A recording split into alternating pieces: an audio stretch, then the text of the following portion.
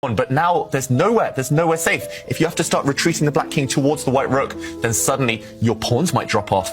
And look at Hikaru. He's so frustrated right now. And it's the wrong pawn, the H pawn. So if the king goes back, the white king steps forward, the rook will take this pawn on E3, and the king is inside the square. When king at pawning games, you try to chase down the pawn, you make a square to the promotion point. And here, it's okay, H3, the pawn goes forward. Still alive. But no more progress. I think black is completely frozen now. But what happens once the black king starts running over? Still nowhere to hide, I guess. And, okay, we're past the 100 move mark. This has been a marathon game. Can Hikaru squeeze out a win? What a fight. Magnus thinks he's drawing. He leant back there looking very happy with himself. But still, chances alive. I agree with Robert. I think it's the wrong pawn. The black rook is just on the worst possible square, tied down defending both of them. The black rook is passive. You need active pieces to win these types of endgames. Oh, what a miracle this is if Magnus holds.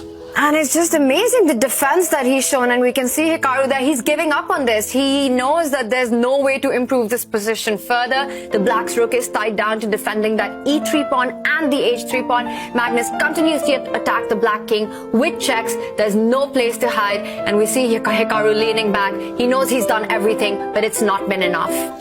So close, but no cigar. Down under 10 seconds now, Hikaru. He looks like he's about to give up his winning attempts, about to agree that draw. Just all the checks. Look at that black king. So sad, has to retreat the whole way back.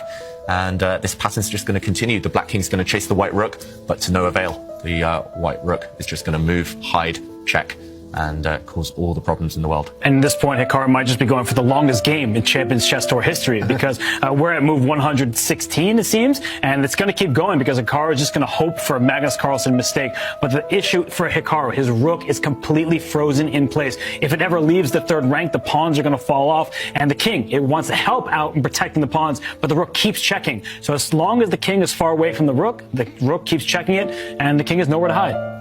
And we see that happening, and now he just shifts back because there's nothing to be done, and it doesn't matter where the king goes. When the king gets closer to the pawns, Magnus starts checking it, driving it away. Yep, no progress has been made over the last 20 moves now. Hikaru, wow, can he recover? Yeah, can he recover from this heartbreak? And lots of cheerleaders we see for Hikaru on Twitter. And yeah, he's put up such a fight. I love everything Hikaru's done this game. Just Is that a Hikachu? Hikachu. Hikaru or a Hikachu? Yeah. It's just so close. This is the most frustrating thing in chess. You do everything right. Hikaru's literally not put a foot wrong this game. But breaking the defenses of the world #1, that's another question. That's another level. But there is something to take away from it. The fact that Hikaru was able to create this chance, this opportunity with the black pieces. David, earlier you were talking about going into the last round on his terms, and that's what he's managed to create. He's made it clear that Magnus needs to be careful. There we have it.